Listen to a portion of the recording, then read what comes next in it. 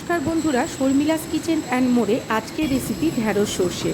প্রথমে ঢ্যাঁড়সের আগা এবং পেছনটা এইভাবে আমি কেটে ঢ্যাঁড়সটাকে গোটায় রেখেছি। তারপরে সর্ষের তেলে আমি সেগুলোকে ভেজে নিয়েছি। না ভাববেন না যে আমি এটা ধুইনি।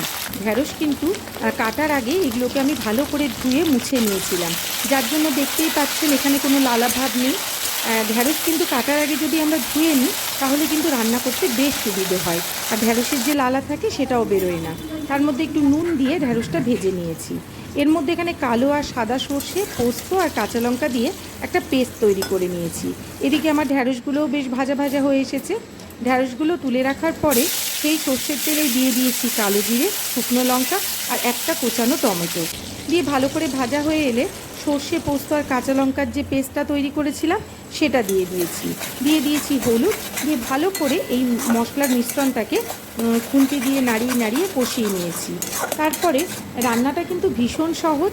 নিরামিষ দিনে এইরকমভাবে একবার ঢ্যাঁড়স সর্ষে করে দেখবেন, গোটা ভাতটা কিন্তু এই ঢ্যাঁড়স সর্ষে দিয়েই খাওয়া হয়ে যাবে। তারপরে এর মধ্যে মিক্সি ধোয়া জলটা দিয়েছি আর দিয়ে দিয়েছি স্বাদ অনুসারে লবণ।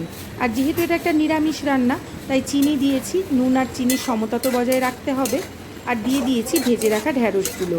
ব্যাস, এটা একটু শুকনো শুকনো করেও আপনারা নামাতে পারেন, আবার আমি এইভাবেই রেখেছি গ্রেভিটা। আর এর ওপর একটু ধনেপাতা ছড়িয়ে দিয়েছি। ব্যাস, খুব সহজ কিন্তু একটা রান্না, কিন্তু খেতে কিন্তু অসাধারণ। আর উপর থেকে একটুখানি কাঁচা সর্ষের তেল ছড়িয়ে দিয়েছিলাম। গরম ভাতের সাথে এই ঢ্যাঁড়স সর্ষে একবার বাড়িতে তৈরি করেই দেখুন না, সবাই আপনার সুনাম করবে। ভালো লাগলে চ্যানেলটিকে অবশ্যই সাবস্ক্রাইব এবং লাইক করে দেবেন। নমস্কার।